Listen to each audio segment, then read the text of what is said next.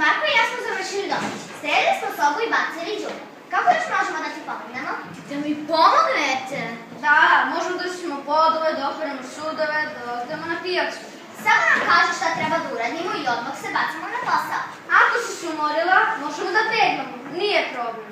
Ti lepo sedi i odmari se, mi ćemo ovo začet da završimo. Važi? Kakvu štetu ste napravili?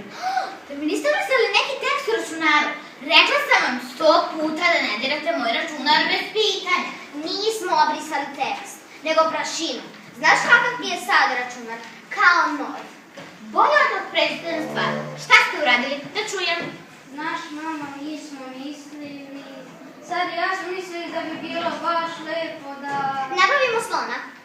Molim? Nabavimo slona. Slona? Da.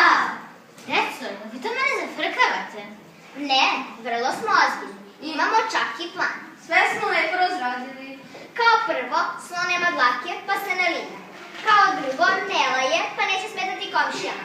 Kao treće, nema buve, pa može da se penje po krevetima. A pošto ti voliš slonove, neće ti biti teško da ga šetiš po kiši. I da za njim brišeš blatnjave tragove. Šta je s vama, deco? Vi ste jeli bunike. Mi znamo da je tebi slon najmiljenija životinja, pa smo htjeli da te obradimo. Mene da obradujete. Da.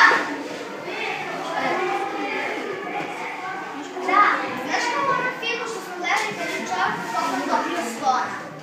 Ovo skrivena kamera. Svi osim nas imaju neku kućnju ljubimca. Ti si rekla da neću da primaš u kuću nica, ni mačku, ni papagaja, ni krčka. A pošto ništa nisi rekla za slona, onda smo Marko i ja nabavili slona. Dosta je bilo za vitlavanje. Čekaj, sedi još malo. Znači, neću slona. Neću, deco, imam posao preko glave. Gori mi pod nogama. Ajde, rekite što imate. Tu da radim. Ako si baš toliko prije slona, Jesam. onda ćemo da ga vratimo u dolište. Baš mi je drago. To znači da je za danas pozorišna predstava gotova? Jeste, ali posle ove pozorišne predstave nema aplauza. I samo da znaš, ja ću svoje dece da dozvolim da drže slona. To je tako plemenita životinja. Čekajte, jel vas dvoje mislite ozbiljno? Mislim ozbiljno. Hoćete slona? Da. Deco, ajde da razmišljamo realno. Da ste rekli da hoćete kuće, da bih još i razumela. Ali slona? To je totalno ludo. Kuće. Rekla si kuće. Pa da, kuća nekako normalno se drži u stanu.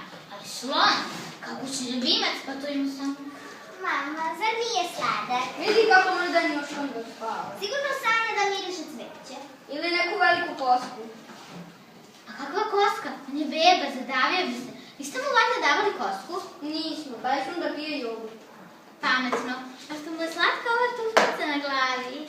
Tufnica? Zvaćemo ga Tufnica. Jel može? Hajde, može.